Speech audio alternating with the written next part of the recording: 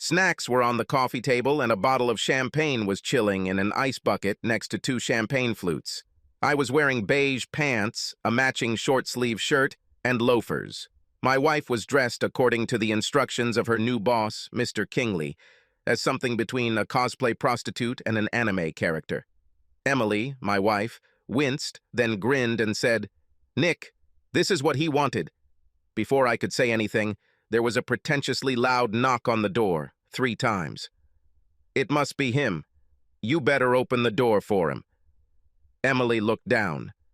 "From what I heard, he doesn't like being kept waiting."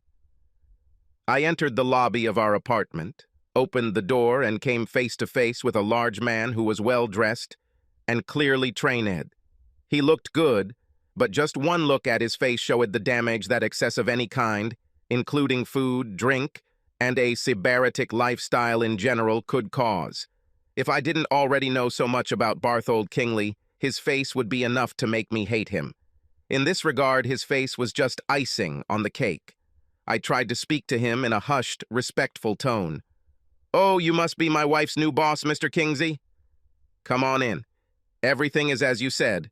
Everything is prepared." He didn't say anything, but grinned at me. Well, I will survive. The question was, would he survive? Emily sat on the couch, her plump hips highlighted to great effect by the very, very short skirt he had bought for her and given to her earlier that day at their employer's office. Kingley sat down next to her, put his arm around her shoulders in a very possessive and familiar way, and said, "Cook, sit in front of us on this chair." That's exactly what I did. I hope the shy expression I put on worked. Fine, it looks like that was the case. This is what needs to happen, Cuck.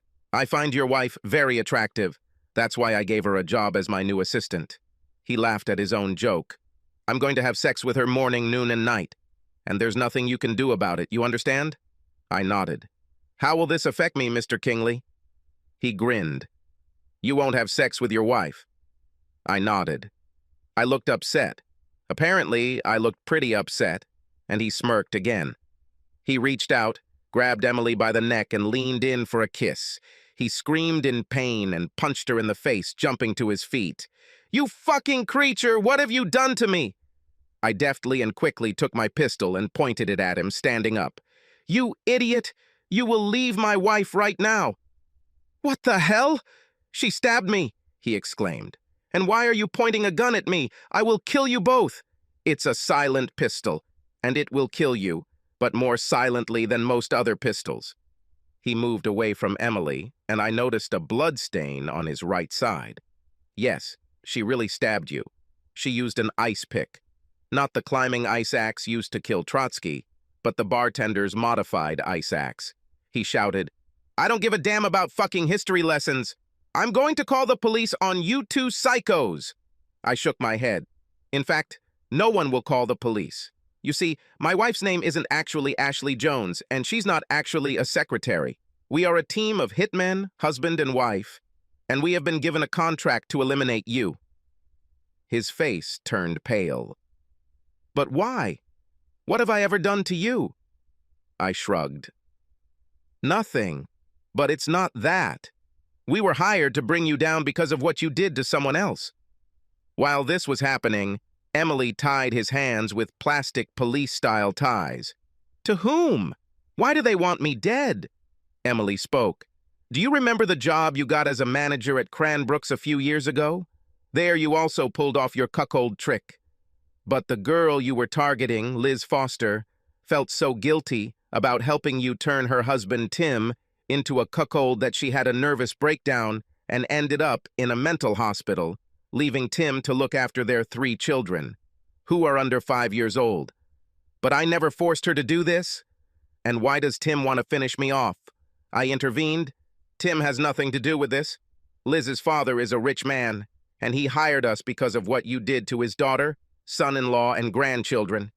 He began to sweat heavily, and there was a terrible smell in the room from his fear. I'm rich. I'll pay you. I have a wife and children. Do not do that. We don't work like that. We must complete our work. If we take your money and leave you alive, we will be killed ourselves. Murder Incorporated did not die out in the 1940s. She regrouped and is still working in the United States, and abroad for the right money. Besides, Liz and Tim have kids, but you didn't give a damn about them, did you? With Emily's help, I gagged him, and we managed to sneak him down the stairs to our car.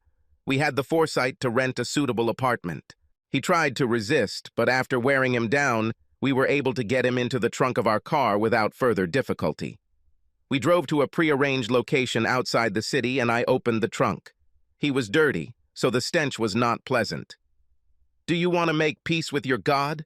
Hey, I'm a psychopath, but I'm not a monster, okay?" He said something offensive, and I pulled the trigger. After this, there was silence. We closed the trunk again. Emily took out her phone and sent a text message to the cleanup crew who would come and clean up the mess after our work. Each has its own specialized functions. We did ours, they will do theirs. We hid a motorcycle nearby, which we usually used to return home. Well, to what was our home for this operation. Obviously, the police were interested in the disappearance of the recently appointed manager without a trace. They asked his colleagues what they thought of him. His newly appointed secretary, Ashley Jones, shrugged and told police, "I'm not entirely sure. He was like many sales managers I've met over the years, a little pompous and very arrogant.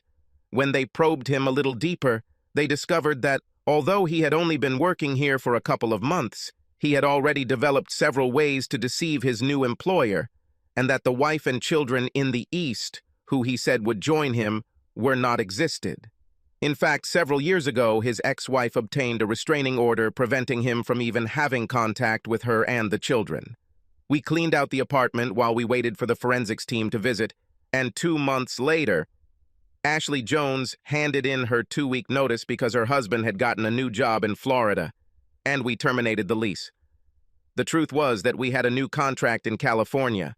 It was cool because we both love California. In addition to working for good pay, we surfed, hiked, and visited art galleries and museums.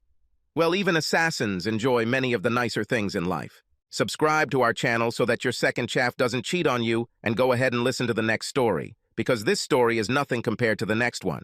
If you're under 18, don't even think about listening to the next one.